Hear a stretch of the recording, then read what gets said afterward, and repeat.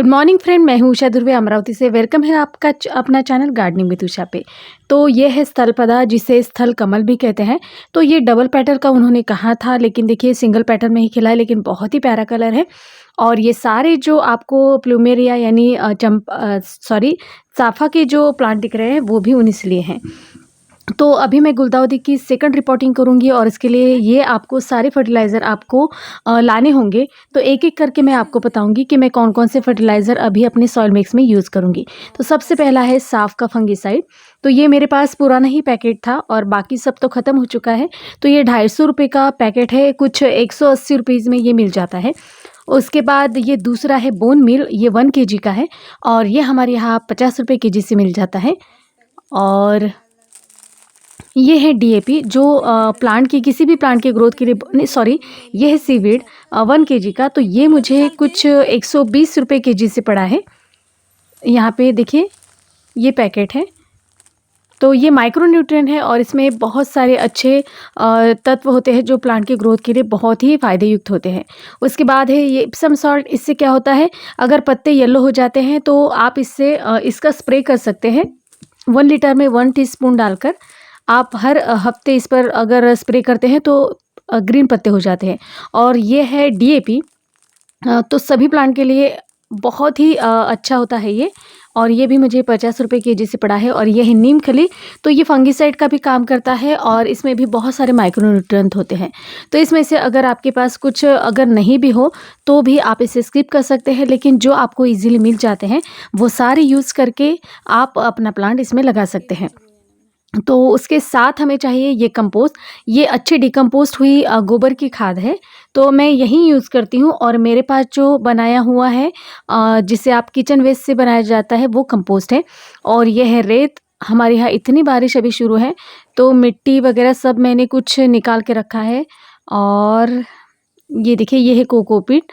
अभी मैंने इसे धोया है क्योंकि अभी सुखाने के लिए भी जगह नहीं है। और उसके बाद ये है काली मिट्टी, हमारे यहाँ जो मिलती है वो।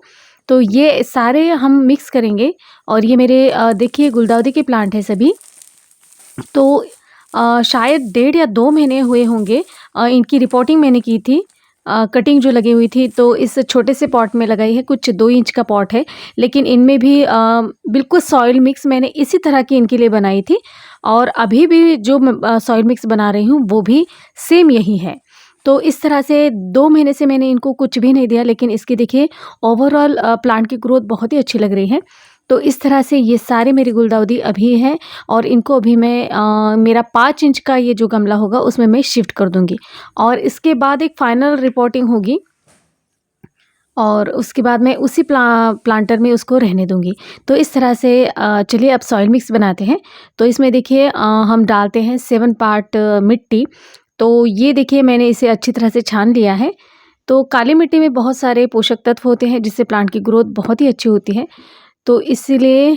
और उसके बाद ये है कंपोस्ट 1 पार्ट, और 1 पार्ट है सैंड, कोई भी कंस्ट्रक्शन वाली सैंड। और ये है 1 पार्ट कोकोपीट। और अब डालेंगे इसमें थोड़ा सा फंगिसाइड। देखिए फंगस सबसे ज़्यादा ज़रूरी है। उसके बाद ये नीम खली 1 मुट्ठी, और थोड़ा सा देखिए इसमें डालेंगे बोन मील 1 मुट्ठी। और अभी आप इसमें डालेंगे इप्सम सॉल्ट, बिल्कुल थोड़ा सा, बिल्कुल आधा चम्मच कह सकते हैं, इतना। और अब डालते हैं थोड़ा सा इसमें सीवीड, सॉरी डीएपी। सीवीड और डीएपी, इस बार मुझे डीएपी ब्लैक ग्रैन्यूल मिले हैं और सीवीड बिल्कुल सेम दिखता है, तो इसलिए दोनों में थोड़ी सी कन्फ्यूजन हो रही है। और ये है सीवीड।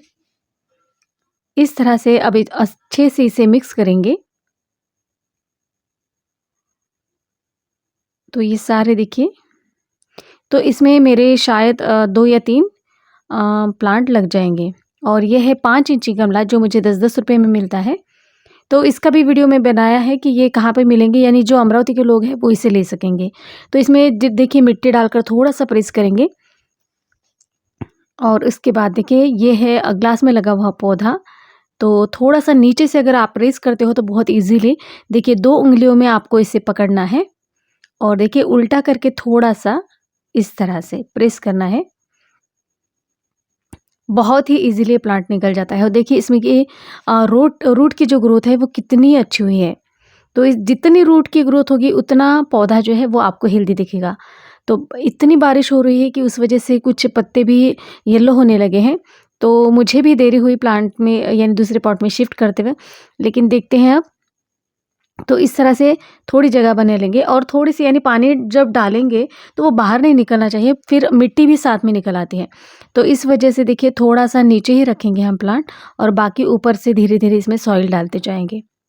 तो हर प्लांट को मैं बिल्कुल इसी तरीके से लगाती हूँ और हर बार मैं बताती हूँ, क्योंकि क्या होता है कि नए सब्सक्राइबर मुझसे जुड़ते रहते हैं और उनके सवाल वही होते हैं कि आपकी सॉइल मिक्स क्या होती है? तो इसलिए बार-बार मैं ये रिपीट करती हूँ। तो इस तरह से ये हमारा प्लांट लगकर तैयार हो चुका है। देखिए। तो बहुत ईज़िली अगर ये एक बार ये सॉइल आप बना लेते हो, तो जब भी आपको प्लांट लगाने होते हैं, तो वो जल्दी हमारा काम हो जाता है। चलिए दूसरे गमले में अब मैं दूसरा प्लांट लगाऊँगी।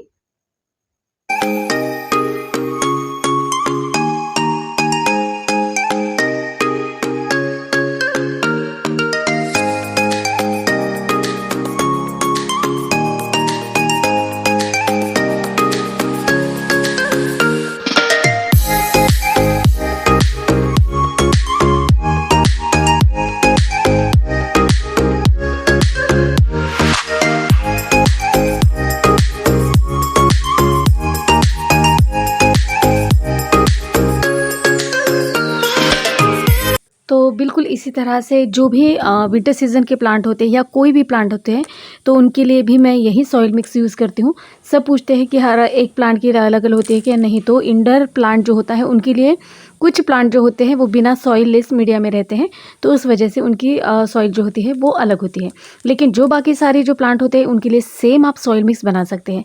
तो ये है टोरेनिया का प्लांट और ये अपने आप ये सीड्स जो गिर गए थे पिछले साल के, तो ये अपने आप निकल आए हैं और देखिए इस तरह से थोड़ी-सी देखिए इसमें कुछ ग्रीन-ग्रीन से ये हो गया तैयार, क्योंकि प्लास्टिक के इसमें ये हो ही जाता है, ग्लास में होता है अक्सर। तो इस तरह से इसे हम निकाल लेंगे जितना निकाल सकते हैं, क्योंकि इससे भी प्लांट को फंगस लग सकती है। इस वजह से ये निकाल लिया और देखिए यहाँ पे जगह बना ली।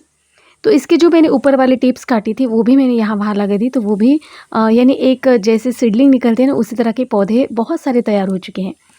तो ये देखिए इस तरह से ये टोरेनिया का प्लांट है, तो मैं इसे भी इसी सॉइल मिक्स में लगाऊंगी। तो ऐसे बहुत सारे प्लांट मुझे लगाने हैं, तो देखते हैं आज कितना काम होता है, क्योंकि मिट्टी बनाना और गमले जैसे भरते जाते हैं, लेकिन मिट्टी तो इतनी ज़्यादा दिखती है, लेकिन जब गमले आप लगाते हो तो वो मिट्टी कब ख़त्म हो जाती है वो समझ में नहीं आता और ज़्यादा हमारे गमले यानी रिपोर्टिंग का काम होता भी नहीं है। तो इस तरह से काम तो बहुत होता है गार्डन में, लेकिन धीरे-धीरे जितना वक़्त मिले उतना मैं काम करती रहती हूँ। तो इस तरह से अभी ये प्लांट तो मैंने रिपोर्ट कर दिए हैं और भी बाकी सारे प्लांट मैं करूँगी। कटिंग लगाने से इसकी फर्स्ट रिपोर्टिंग जो मैंने की थी तो उसका भी वीडियो आपको मिल जाएगा वीडियो लिस्ट में। तो इस तरह से मैं अपने सारे प्लांट की केयर करती हूँ बिल्कुल एक तरीके की, क्योंकि सब कहते हैं कि इतने सारे प्लांट को आप वक़्त कैसे देती हैं, मिट्टी कैसे बनाती हैं, तो बिल्कुल एक ही तरीका है। इस वजह से मुझे ज़्यादा देर नहीं लगती और बहुत ही जल्दी रिपोर्टिंग का काम भी हो जाता है। गुलदाउदी का ऐसा होता है कि जितने ज़्यादा टाइम आपको पिंचिंग में लगेगा, तो उतनी ज़्यादा ये फ्लावरिंग करेगा। तो इस तरह से मैं देखती हूँ कितने यानी नवंबर महीने तक यानी 1 महीना पूरी इसकी पिंचिंग करूँगी। फिर बाद में अगर आपको और ज़्यादा फूल चाहिए तो आप इसमें और भी पिंचिंग कर सकते हैं। तो फ्रेंड्स आज का ये वीडियो आपको कैसा लगा प्लीज़ मुझे कमेंट्स कीजिएगा। वीडियो अगर अच्छी लगती है तो प्लीज़ मेरे चैनल को लाइक और सब्सक्राइब ज़रूर कीजिएगा। फिर मिलती हूँ नई वीडियो के साथ, तब तक के लिए bye bye. Happy gardening, stay safe.